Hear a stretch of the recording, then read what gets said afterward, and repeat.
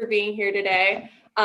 We're really excited about this and to give you guys a little more in-depth knowledge as to what pertains to meat science. So thank you so much for being here. Like I said, if you have questions, put them down in the Q&A. And if you're on YouTube, feel free to put them in the comments. And so with that, the Ohio Beef Council welcomes you as well as myself. So thank you so much. And we're going to pass it over to Dr. Garcia. Well, good morning. Can everyone hear me today? Yes, we can hear you. Perfect. Well, as I said, as mentioned, I'm Dr. Lyda Garcia. I'm one of 5 meat scientists here at The Ohio State University, and a big chunk of my responsibility is teaching and extension.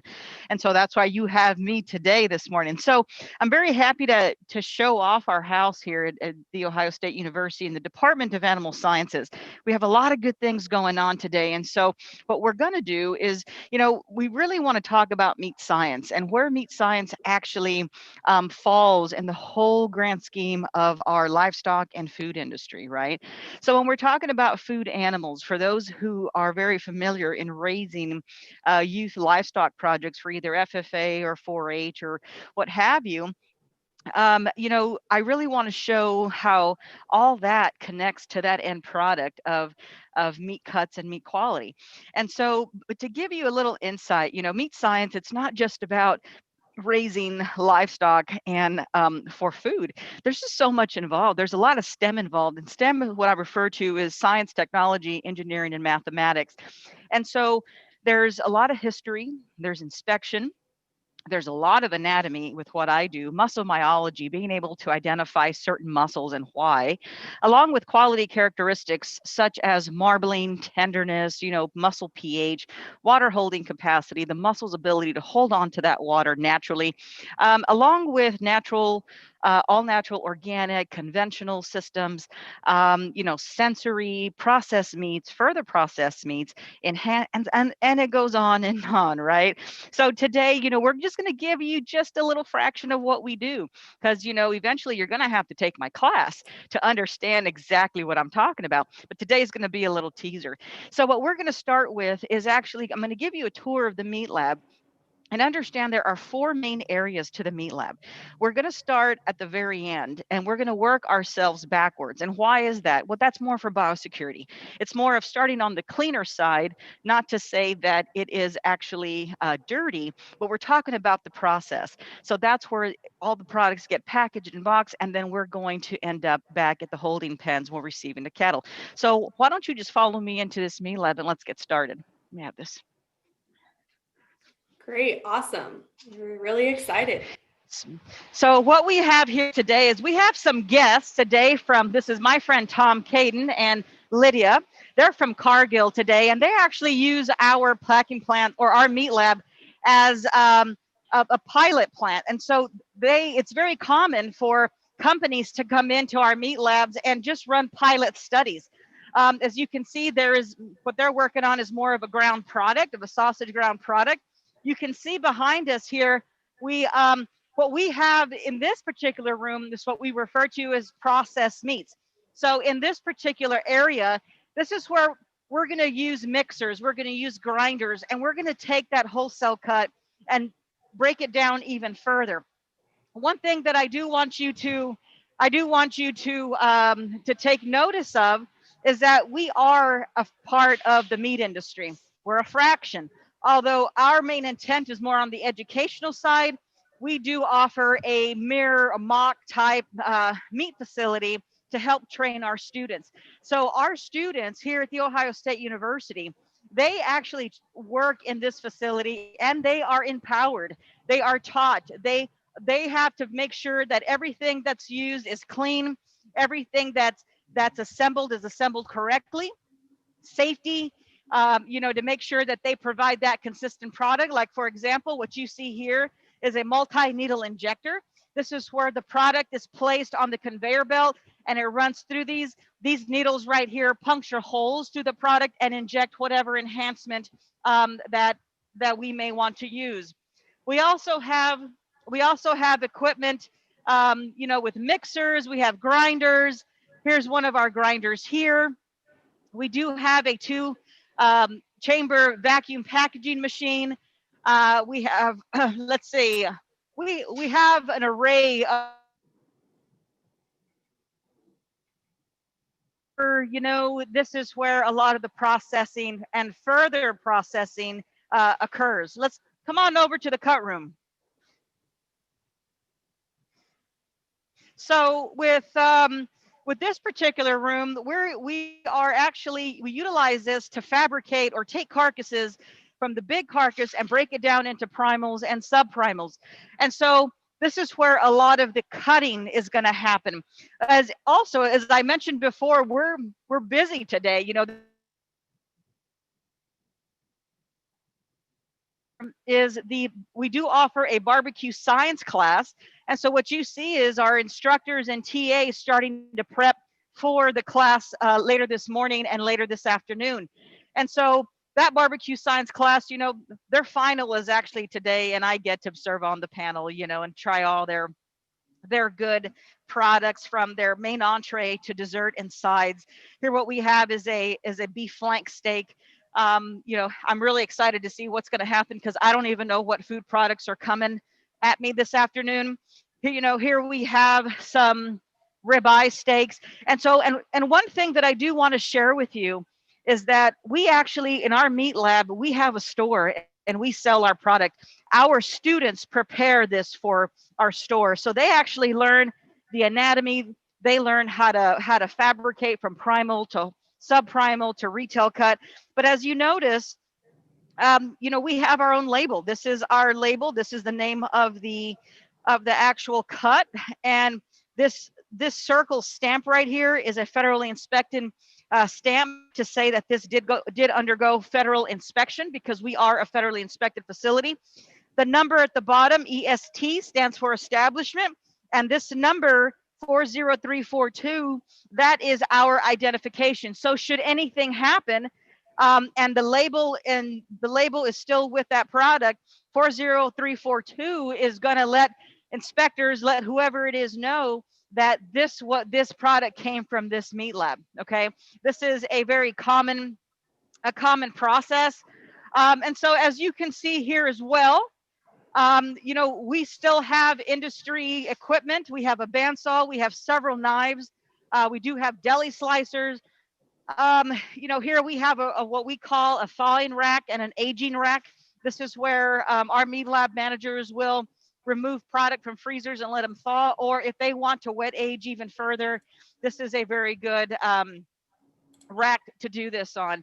Again, this meat lab is multi-use. It's not just for meat lab stores, or it's also for education, for classes. I'll tell you, I'm a big problem child around here with all my classes and extension programs, you know, requesting of livestock. But as you can see, you know, we have other classes who use this as well. So the beauty about where we are today is that we actually all get along with each other, don't we, Miss Sherry? So come on over to the cooler. We're a good team around here is what I'm trying to say. So now in the cooler, now again, now we're going backwards. So we had the processing room, we had the fabrication room, and now we're going to go into the space where now carcasses will chill. Okay, a very critical piece. What you will see here is you came at the right time. We have lamb carcasses and beef carcasses. Actually, we just had a harvest this morning starting at 6 a.m. where the meat lab crew harvested 4 Angus Wagyu cross steers. And so the ones in the middle have been aging for about 3 weeks. The ones to the right of me were just harvested this morning. So one thing that I do want to mention, you know, is that even though education is really big with what we do, we also do research. The lambs right here that you see are research lambs that my colleague up in Worcester sent down here for us to collect carcass data. And my agreement with him is that we would collect carcass data for him as long as I could use his lambs for my class. I am teaching a meat evaluation class, which is also known as the meat judging class. So we'll get to use these today as ribbed. And then tomorrow my TA and I will fabricate them down to subprimals and then use that in class as well. So behind me here are 4 beef carcasses, but sides.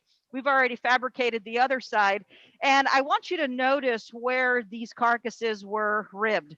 They were ribbed between the 12th and 13th rib to expose that ribeye. Okay, this is the longissimus muscle, the longissimus dorsi. So this muscle actually starts right at the chuck, and then it runs all the way up to that sirloin, hence the name longissimus, and dorsi meaning dorsal, towards the back. But what we're evaluating here is this main muscle for size, color, marbling, as well as back fat, uh, to help calculate yield grade and quality grade as well. So, and of course, and when we evaluate for age of the animal, if we don't have birth records, we will look at the ossification along with these first three thoracic buttons, because native cattle will age from the back to the front. So that means that when I say age, that means that that cartilage is going to turn to bone. That's what we call ossification. And so, as you can see, you know, we've got four carcasses here. They all vary in size. They all vary in external back fat, along with size of ribeye. But also take notice of that, of the amount of marbling, because marbling is very important, right? Marbling is what's roughly 60% of a dollar value of beef prices are going to come from quality grade, which encompasses marbling and age of animal at time of harvest. So marbling actually refers to the white flecks of fat that you see here. And the main reason here is because marbling is fat. And what does fat do? Well, it actually contributes to flavor, contributes to juiciness and tenderness. So it only makes sense that a ribeye that contains a lot of marbling, such as a prime and a choice, can how about this? We can estimate that the consumer is going to have a good eating experience. If we know that's going to happen, then that's when the dollar value goes up. So, in looking at all these ribeyes right here, you know, because in our industry, we actually have 10 marbling scores, which start with standard, which is also known as no roll. And then we have select, low and high select. And then choice is broken up into thirds of low choice, average choice, and high choice. And then prime also is broken up into thirds as low prime, average prime, and high prime. All right. So with a combination of age and marbling, that's where the quality grades come into play. So that's why you only get to see USDA prime, USDA choice, USDA select, or a no grade at all, which means that it's a no roll, meaning a standard. So here's the name of the game here. Here you have a whole side of a beef carcass, and remember that especially when you're in that show arena with a market class of steers and heifers, what you see on that live animal is what we should predict of what's underneath that hide, right? Because at the end of the day, it's about how much percent sellable product we have. So we reward those that bring in beef carcasses or cattle that don't have very much or too much fat, meaning excess waste, or we don't want them too thin either. It's going to be a nice balance. We also are looking at muscular cattle, again, because as a consumer, we're all consumers. We want to get more for our buck. And so that's why we're looking at the round, the sirloin, the short loin, you know, the loin, the rib, and the chuck. And then if you come across this other side, you know, we're also looking at the brisket, which comes from that chest. Here we have the diaphragm, which is also known as a skirt for fajitas. This is the outside skirt. This is the inside skirt, in case you're ever wondering. The flank steak that you just saw out there comes from the actual flank, which sits right up on here. And then, can anyone tell me the most valuable muscle cut in a beef carcass? That's right, the tenderloin. Where does the tenderloin sit? Right underneath here. And the reason why, and I wish I could show you better, but what's covering that tenderloin is going to be that internal fat known as kidney and pelvic fat. And there's the heart fat right here. So, but that tenderloin sits right behind this. And so if you can see, with a muscle that's resting up against that bone, there's not going to be much movement because bone is not very flexible, is it? So if the muscle doesn't move as much, it's going to be automatically naturally tender. So that's why we pay high dollar for a tenderloin for like filet mignon and so forth, versus anything else. So the take home message here is a muscle cut that's used more frequently for locomotion expect it to be tougher. It's one of the main reasons why we do not pan fry a brisket. I mean, you can, but you're not going to have a very good eating experience, only because that muscle itself, when it's on that animal and the animal is still alive and it's muscle, it's going to be used for a lot of locomotion. That's why we want to cook it long and slow, right? We smoke them a lot, or we'll put them in the oven or crock pots or so forth. And so, what we have over here, now understand that in our large scale industry, nothing is ever wasted, nothing. Here at our meat lab, we utilize as much as we can based on our clientele. So what you have here are what we call byproducts or variety meats. And this is where we have our beef tongues, oxtail. We have a little bit of cheek meat right here, which is the masseter muscle. Here's a beef heart. And if you take notice, now we did have four animals. The other thing that we do also sell are beef livers. As you can see, I mean, they're pretty gigantic. This is the largest liver that we'll find in our livestock animals. And one of the main reasons why the heart is cut open like this is because our inspector, because again, we are a federally inspected facility, our inspector needs to make sure that everything here, including the carcass, is edible, it's safe. And so if you notice, there's a blue stamp on the oxtail, and there's also a blue stamp on the livers and the hearts and all the carcasses. That's to clarify that and to assure that everything that's going to be sold has gone under inspection. We have an inspector here who's wonderful to work with. He's very good. If anything, he works well with our students, because remember, we're in academia, so the educational part is key. You'll see that the stamp is on the carcass as well, right along here. That means that now these carcasses can stay to hang, and when it's time to fabricate, that's when this is our green light to say everything's kosher, everything's good, you can now fabricate from here. All right. Any questions at this point? Maybe in the chat box? We do have a couple. Perfect. So can you talk a little bit about what those extras, such as like the heart, tongue, oxtail, what are those used for? So it depends on your clientele. So I'll use me as an example. I grew up down in South Texas by the Texas-Mexico border, and I grew up eating beef heart. Now, remember what I said about the function of the muscle. If it's used a lot, it's going to be naturally tougher. Well, if you take notice of the heart, it's pretty lean. And it's constantly working. So we can already say that it's going to be a pretty tough piece. So what we did, at least in South Texas, we used to use this more into like a beef stew, where we cooked it a little bit longer at lower temperatures to try to soften it. Our meat industry will utilize hearts for pet food as well as human food, and hearts are very good to be used with dry food versus canned wet food, if that makes sense. And only because there's not very much fat in hearts, it's very lean. So it'll be a lot easier to bring it down to that dry level, right, for water activity, for dry pet food, whether it's cat, dog, or what have you. Oxtails, the common thing with oxtails is to use in soups.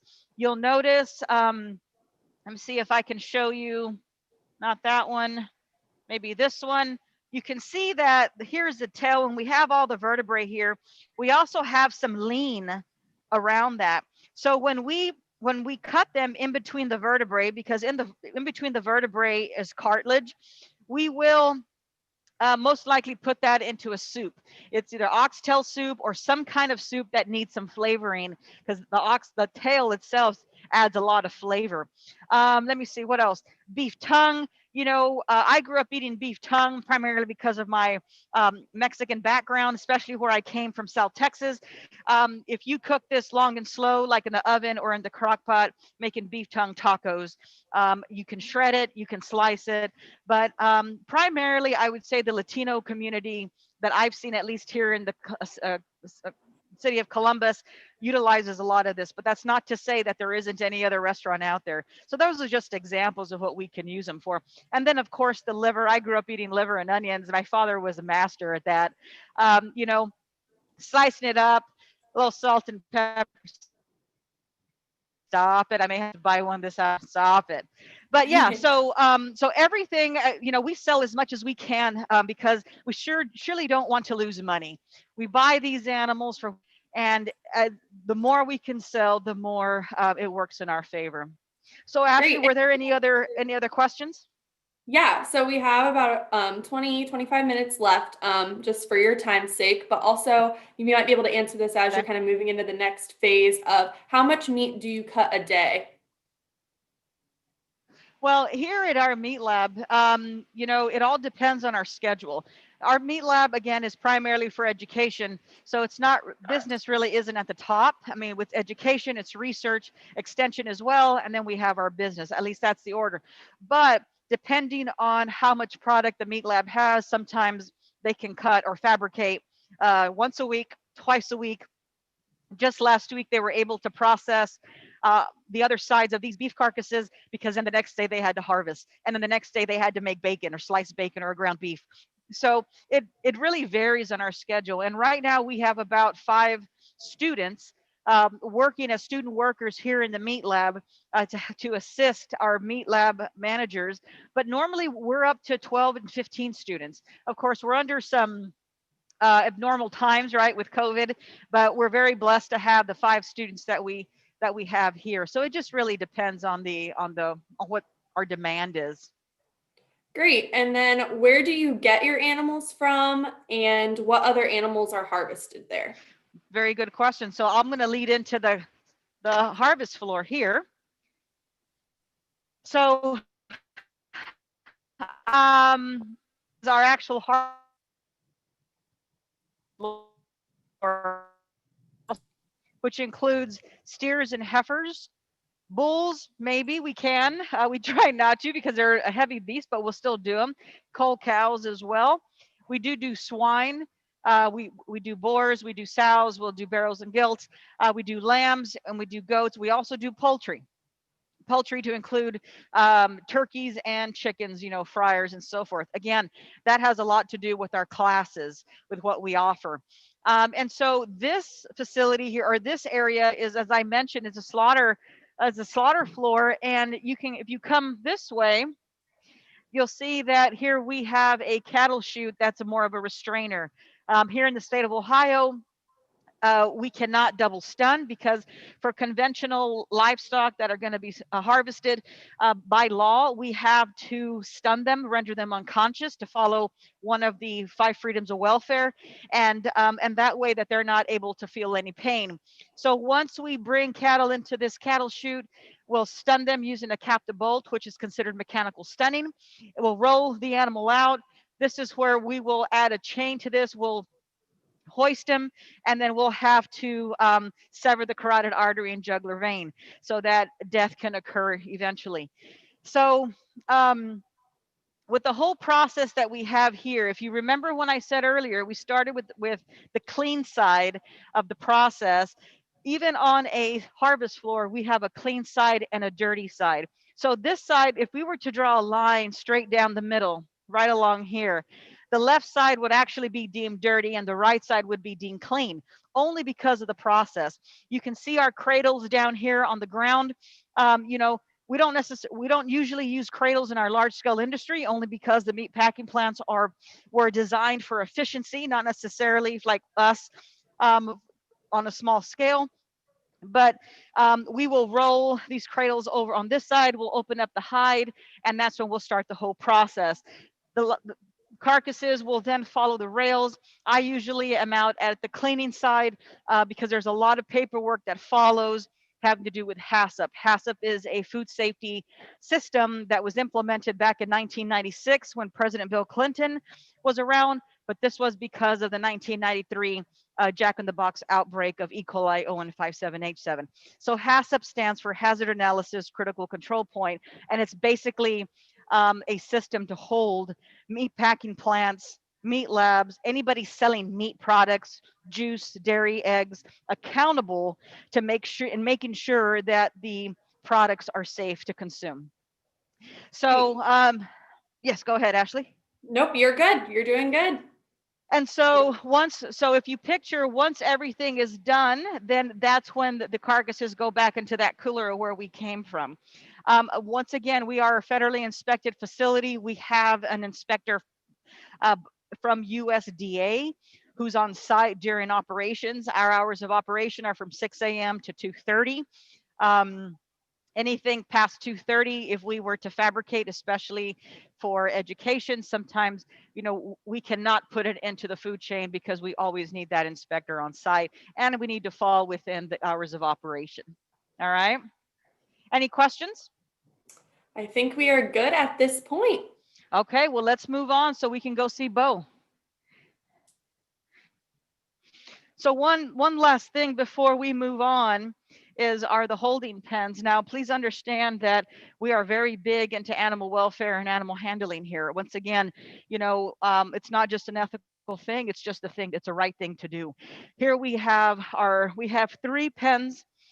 This is our larger pen here in front of me. That's primarily for cattle because they're a larger species. And then we have a pen in the corner, and then on the far corner, and then another pen here to my right. And that's where we'll place lambs and swine. Poultry will go in this big pen as well. Once again, everything that we do here, we have to make sure animal welfare and animal handling is at its finest. We are also training the future, which is our students. So we are always up to speed with regulations because, again, we fall under the meat industry category. They don't take it easy on any of us. We are considered industry. We're a fraction of the industry, but we're still part industry. So let's go ahead and walk over to 117. Great. And just a reminder to everyone at this point, if you have any questions, I am sure Lyda would be more than happy to answer them. So feel free to put them in the Q&A box or in the comments on YouTube, and we will do our best to answer them. And so what you see here is that barbecue science class that I was talking about. The students have their final today, and they're starting to prep to start their charcoal grills, to start their smokers. And these students right now, 90% of them don't know how to cook. So this barbecue science class, helps them not only understand how to work gas grills, a propane tank, charcoal grills, and smokers, but they also learn the fundamentals of cooking, such as pairing certain I was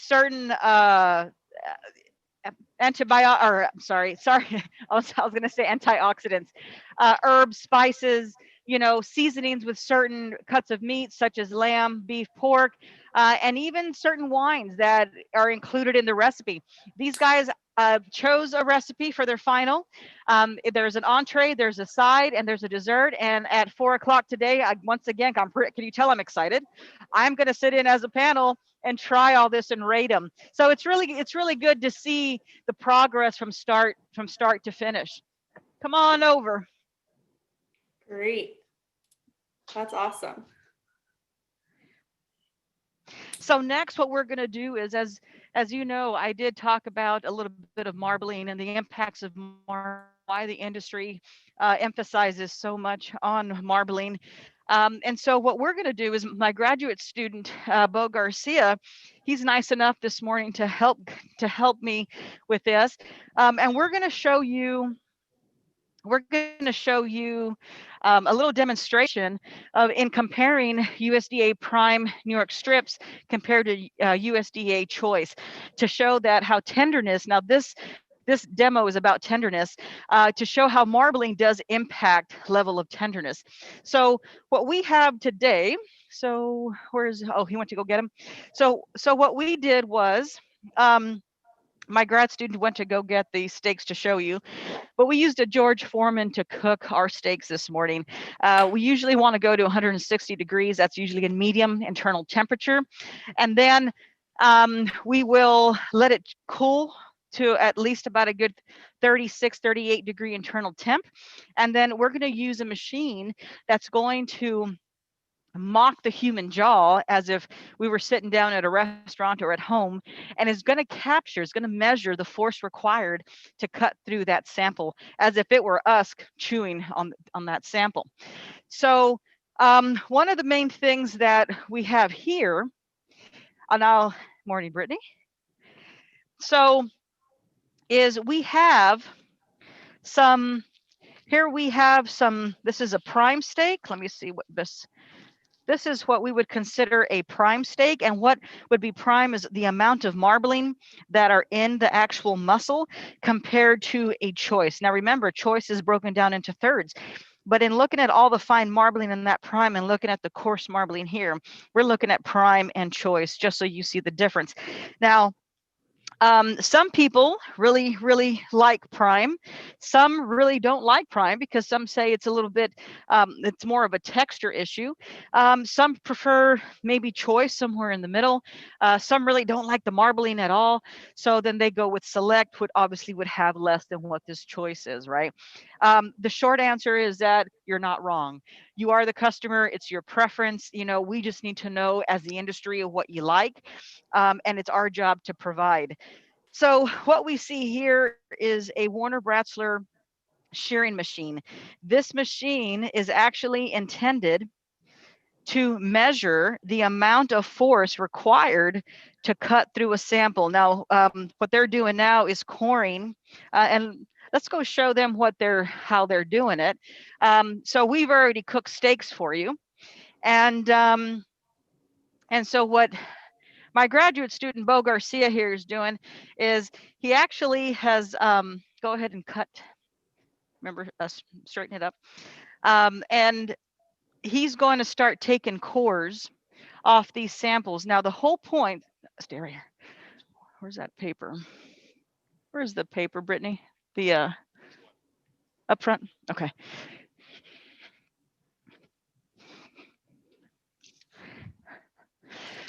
So one thing that, you know, what the whole idea behind all this, if you see this, if you look at this sheet, is that if this were the steak and this was bone on this left side, we want to take cores closest to the bone and then ventral, meaning away from the back, away from the bone. And so because we want to know what the tenderness is from different locations, because previous studies have also said that areas closest to the bone is going to be a little bit more tender than further away. Now, can someone tell me why that is? I mentioned it, I'll give you a hint. I mentioned it earlier when it came to the tenderloin.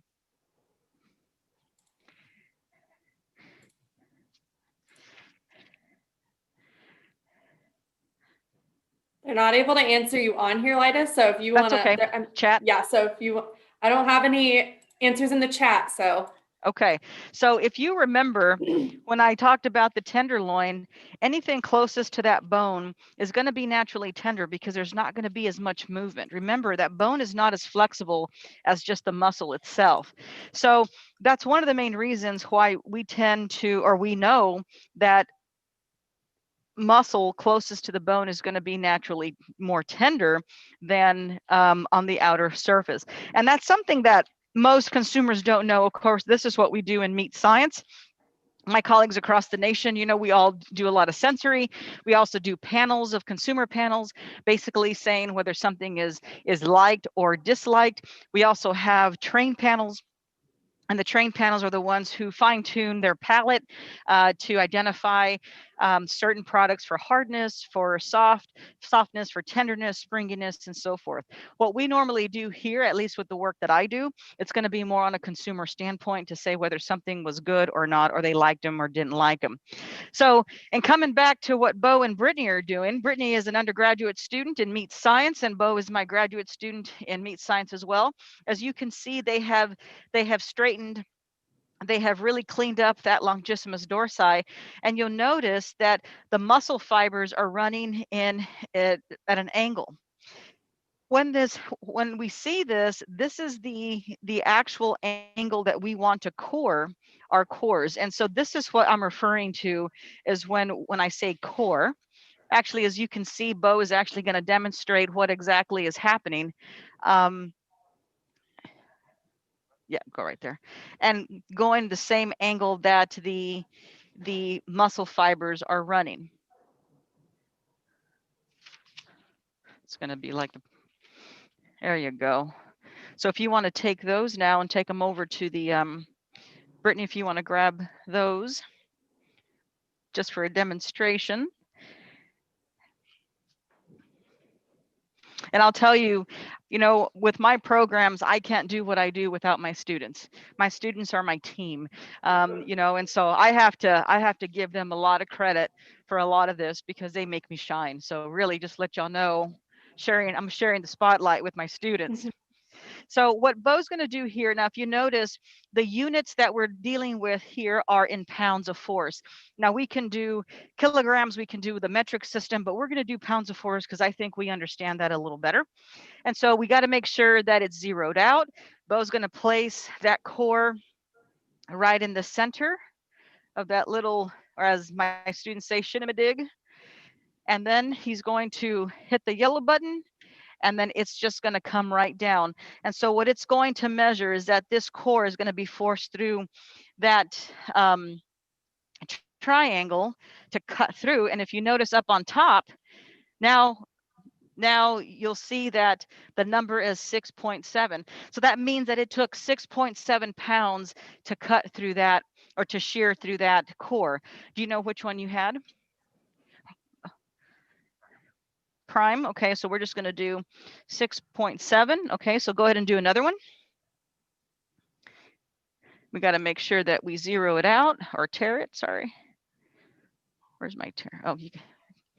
Oh, where's the zero? There we go. And then Brittany, you have the choice, right? Which one's going to win? Which one's going to win?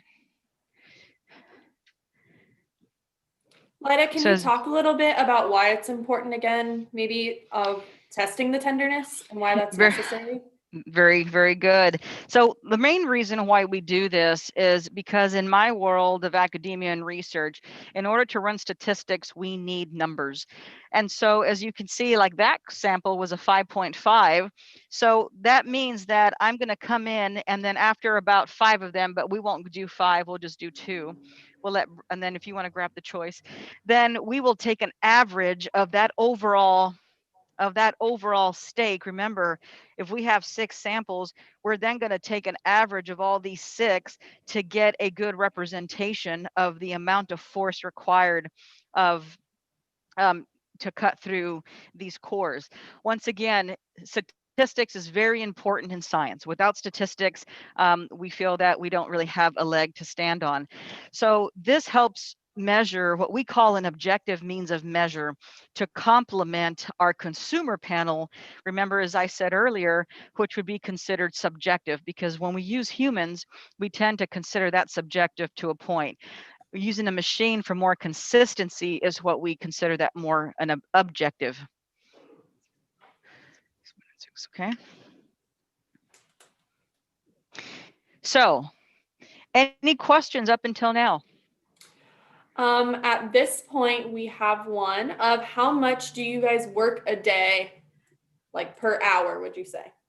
So our meat lab, again, is functional from 6 a.m. to 2:30. Our students, as far as what we actually operate in the meat lab, that, again, it varies. Sometimes we're here 4 hours, sometimes we're here until 2:30. Again, it depends on the time of year. It also depends on, again, like I said, I'm the problem child here. I'm always requesting livestock for my classes, for my meat judging team, for my extension programs. So when I do that, I create more work for the meat lab. So they're busy when I'm around, at least. But it's all good stuff. Now, during time of COVID, I can say that they've not been as busy. But they're still functional. Little by little, they're picking up speed. Actually, Brittany works in the meat lab, and I can say, is that pretty fair to say, Brittany? I mean, it's a hit and miss based on what we're doing, especially during COVID.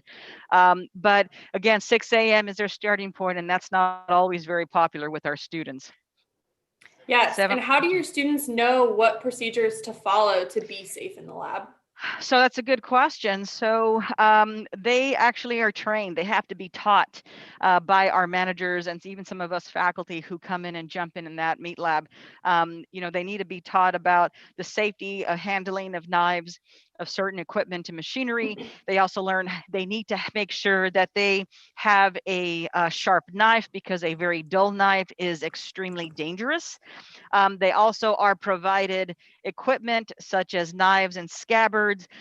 They're also PPEs is very big, gloves, around here, we're all wearing masks. Let me see what else. Gloves, mesh gloves, cotton gloves, hair nets, as you know, rubber gloves. Let me think.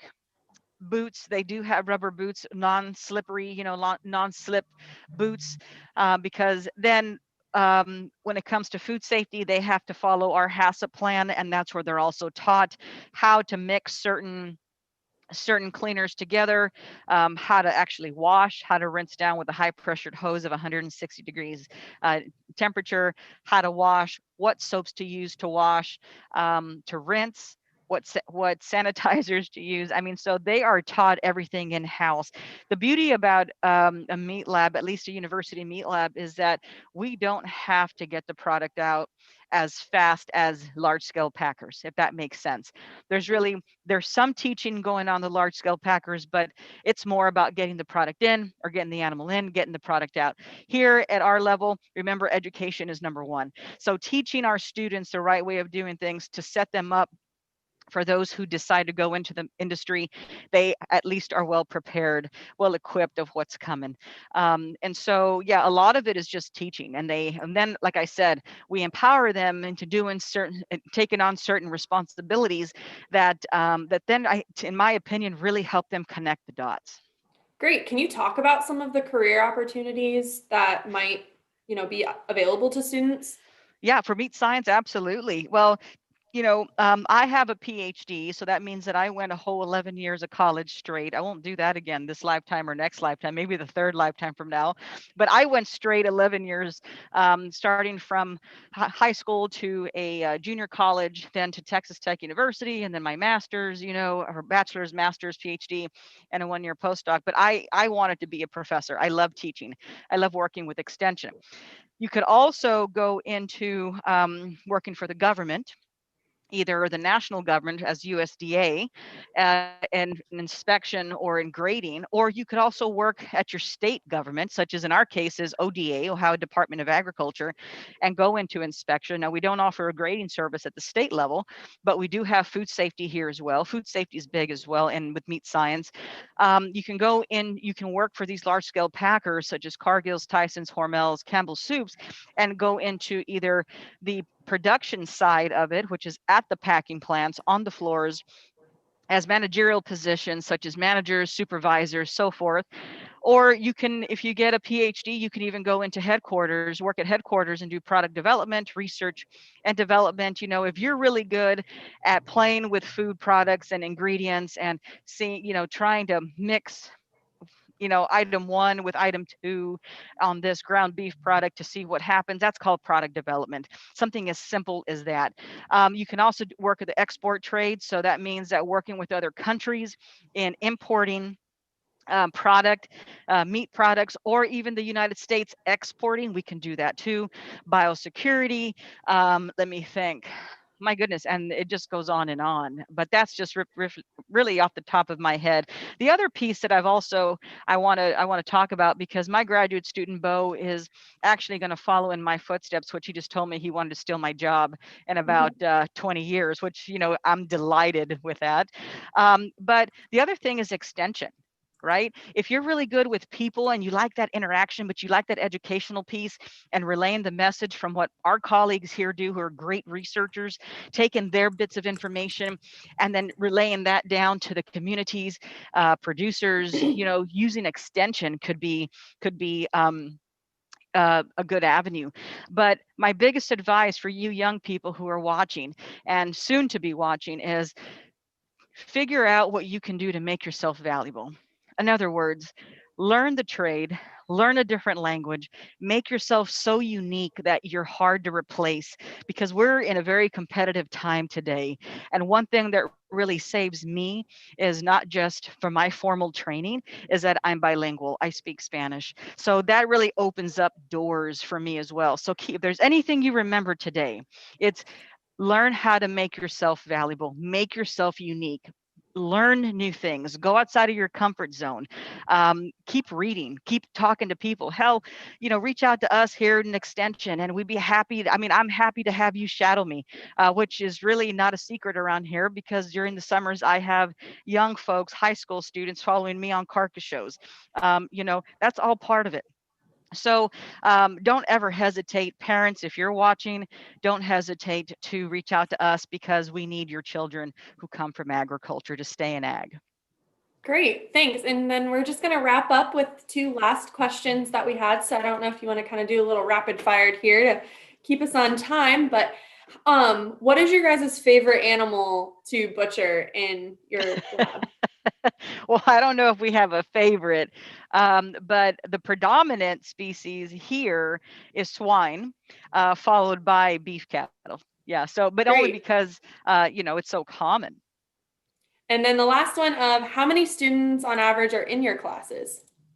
Well, in my introduction to meat science, even during COVID, I'm currently teaching that class, but it's online. I have 42. Great. And and then it ranges all the way down to about 10. But remember that meat science is a very specialized area. So it's not like a chemistry or a math class.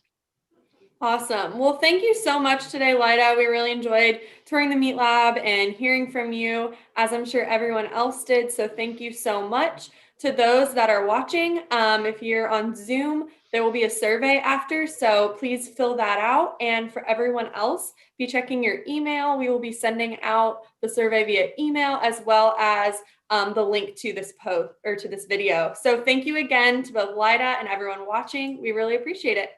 Take care. Done.